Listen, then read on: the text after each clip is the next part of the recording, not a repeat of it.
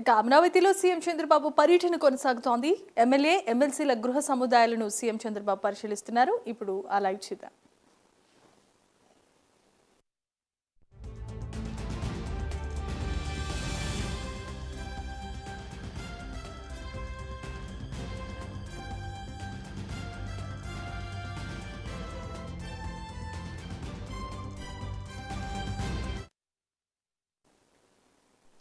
Right, ఇక visuals లో చూస్తున్నాం. అమరావతిలో సీఎం చంద్రబాబు పర్యటన కొనసాగుతోంది.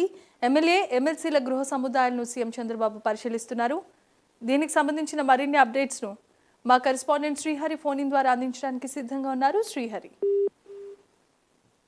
సీడాక్సిస్ రోడ్డు అదేవిధంగా స్టీల్ బ్రిడ్జ్ నిర్మాణాలు ప్రారంభోత్సవం జరిగిన తర్వాత సీఎం చంద్రబాబు నేరుగా అమరావతి రాజధానిలో ఏదైతే ప్రభుత్వ భవనాలు నిర్మాణాలు ఏవైతే పూర్తయ్యాయో వాటిని పరిశీలించడానికి అయితే సీఎం చంద్రబాబు అక్కడికి చేరుకున్నారు. అయితే దీంట్లో ప్రధానంగా ఏదైతే ఎమ్మెల్యే, ఎమ్మెల్సీ క్వార్టర్స్ ఏవైతే ఉన్నాయో వీటన్నిటినీ కూడా సీఎం చంద్రబాబు పరిశీలిస్తూ వాటిల్లో అంటే ఎలాంటి నిర్మాణాలు చేపట్టారు, దాంతో పాటు ఎలాంటి కొత్తగా అంటే కొత్త విధానాలను ఏమైనా అవలంబించారా లేదా, దాంతో పాటు ఏవైతే అక్కడ మౌలిక సదుపాయాలు ఎలా ఉన్నాయి అనే దానిపైన ఆరా తీస్తూ అక్కడ అధికారులందరినీ కూడా అడిగి తెలుసుకున్న పరిస్థితి. దాంతో పాటు ఏదైతే డెమో ఫ్లాట్ ఇప్పుడు ఎమ్మెల్యే, ఎమ్మెల్సీలకి ఏదైతే ఫ్లాట్లు ప్రభుత్వం తరఫున ఇచ్చే ఫ్లాట్లు ఉన్నాయో వాటన్నిటినీ కూడా ఆయన పరిశీలిస్తున్న పరిస్థితి. దాంతో పాటు వాటిలో ఉన్న మౌలిక సదుపాయాలు అంటే రోడ్డు కనెక్టివిటీయే కాదు, దాంతో పాటు అక్కడ వాటర్ కానీ, గ్యాస్ కానీ, దాంతో పాటు ఎలక్ట్రిసిటీతో పాటు అదేవిధంగా డ్రైనేజ్ సిస్టమ్ తో పాటు ఏదైతే అంటే ప్రధానంగా వైఫై కనెక్షన్స్ లాంటివి ఏదైతే డేటా కనెక్షన్స్ ఏవైతే ఉన్నాయో వీటన్నిటినీ కూడా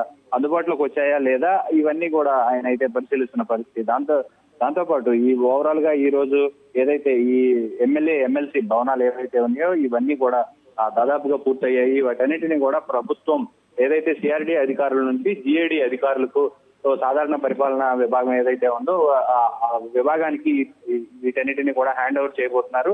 ఆ నేపథ్యంలోనే సీఎం చంద్రబాబు వీటన్నిటిని కూడా పరిశీలించిన తర్వాత అవన్నీ కూడా ఒక్కసారిగా మొత్తంగా చూసుకున్నట్లయితే దాదాపు 12 టవర్లను చూసుకున్నట్లయితే ఒక్కొక్క అంతస్తు మొత్తంగా 12 అంతస్తుల నిర్మాణాలు 12 బ్లాకులుగా అయితే నిర్మించారు. వీటన్నిటినీ కూడా ఆ సాధారణ పరిపాలనకు హ్యాండ్ ఓవర్ చేసిన తర్వాత అటు నుంచి ఏడి అధికారులు కూడా వాటన్నిటిని ఎమ్మెల్యే, ఎమ్మెల్సీలకి అంటే వయసు రీత్యా ఇవ్వడమా లేకపోతే వాటన్నిటిని కూడా ఏదైతే లక్కీ డిప్ తీయటమా అనే దానిపైన కూడా కొంత ఆలోచించి వారికి అయితే హ్యాండ్ ఓవర్ చేసే అవకాశం ఉంది. హ్యాండ్ ఓవర్ చేసిన తర్వాత అంటే ప్రస్తుతం ఎవరైతే ప్రజాప్రతినిధులు ఎవరైతే ఉన్నారో వీరంతా కూడా ప్రస్తుతం బయట ఉండటం వల్ల ప్రభుత్వానికి కొంత బర్డెన్ గా అయితే మారుతుంది. ఎందుకంటే ఎలవెన్స్లు, డిఏలు ఇవన్నీ కూడా బయట ఎక్కడైతే ఉంటారో అక్కడ పే చేయడానికి ప్రభుత్వం వీళ్ళందరికీ కూడా సహకరిస్తుంది. అయితే ఈ నేపథ్యంలోనే ఇక రానున్న రోజుల్లో ఏదైతే ఈ అన్ని కూడా హ్యాండ్ ఓవర్ పొజిషన్ కి వచ్చిన తర్వాత ఇవన్నీ కూడా ఎవరికి వాళ్ళకి డిస్ట్రిబ్యూట్ చేసిన తర్వాత ప్రభుత్వానికి భారం అనేది కూడా కొంత తగ్గే అవకాశం ఉంది. కాబట్టి